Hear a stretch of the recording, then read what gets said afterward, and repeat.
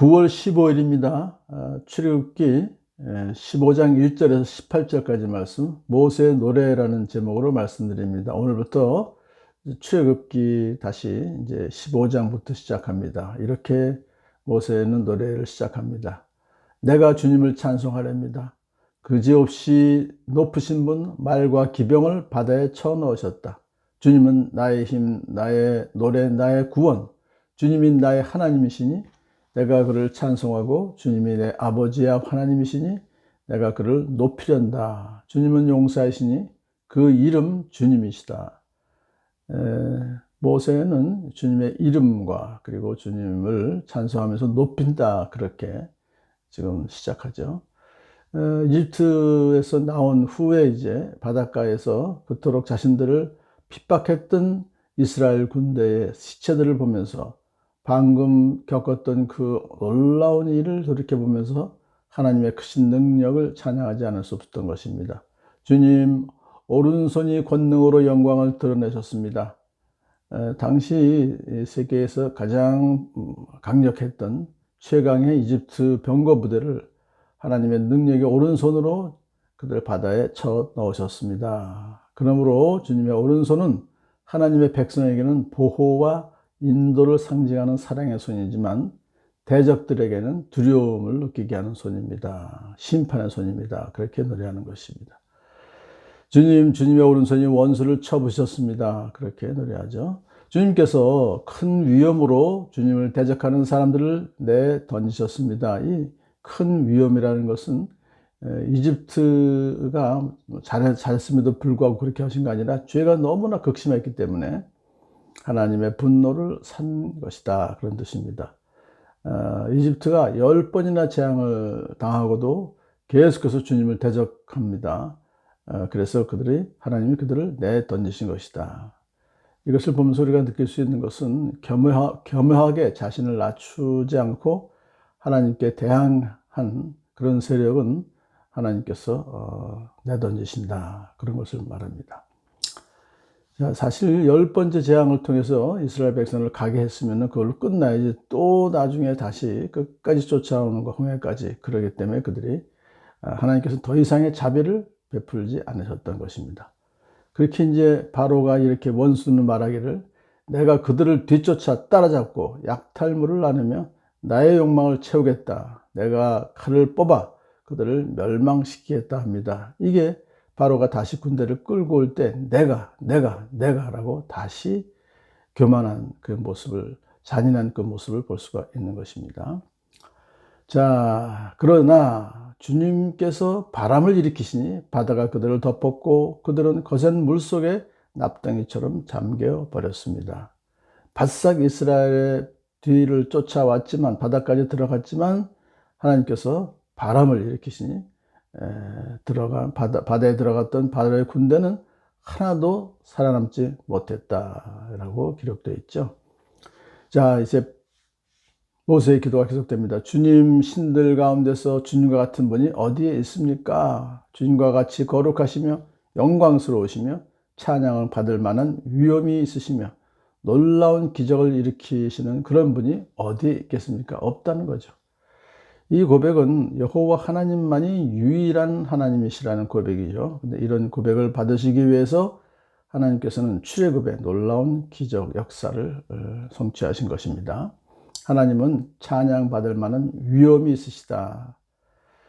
하나님은 사실은 인간이 찬송하기에도 황송한 분이시죠. 다만 하나님께서 놀라운 기적을 통해서 이스라엘 백성을 구원하셨기 때문에 모세는 이스라엘 백성과 함께 진실된 마음으로 찬양 드릴 수가 있었다는 것입니다. 모세의 찬양은 계속됩니다. 주님께서 한결같은 사랑으로 손수 구원하신 이 백성을 그렇게 이끌어 주시고 주님의 힘으로 그들을 주님의 거룩한 처소로 인도하여 주십니다. 벌써 이미 신앙 고백을 하는 거죠. 일단 손수 구원하신 이 백성, 그러니까 이스라엘 백성들을 손수 구원하셨죠. 근데 여기서 이 구원하신 이 백성이 이제 민족적 공동체로서 드디어 이제 출애굽 후에 부상을 하게 됩니다. 그 전까지는 야곱의 후손들, 그렇게 가족 공동체로만 성경에 나왔지만 이제부터는 역사 속에서 민족 공동체로 드러나게 되었고, 이것은 궁극적으로 영적 이스라엘 백성들의 공동체, 곧 이제 교회와 그리고 새하늘과 새 땅에서의 공동체로 이어지게 되는 것입니다. 주님의 거룩한 처소로 인도하여 주십니다. 주십니다라고 하는 것은 그렇게 하실 것을 믿고, 이제 거룩한 처소는 바로 가나안 땅에 대한 은유적인 표현이죠. 하나님께서 임재하실 성전을 지을 그런 땅이기 때문에 거룩한 처소, 그렇게 명명했습니다. 그래서 이 거룩한 처소라고 하는 그 개념은 하나님께서 친히 선택하신 거룩한 장소이며 언약 백성의 기업이 시작되는 것이며, 그것은 궁극적으로는 영적 이스라엘 성, 예루살렘 성, 영적 예루살렘 성의 모형이 되는 것입니다.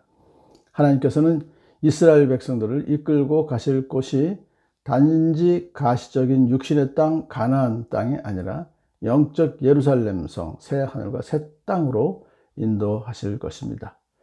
자, 이 이야기를 듣고, 출애굽의 이야기를 듣고 여러 민족이 두려워서 떱니다. 블레셋 주민이 겁에 질려 있습니다. 에돔의 지도자들이 놀라고 모압의 권력자들도 무서워서 떨며 가나안의 모든 주민도 낙담합니다.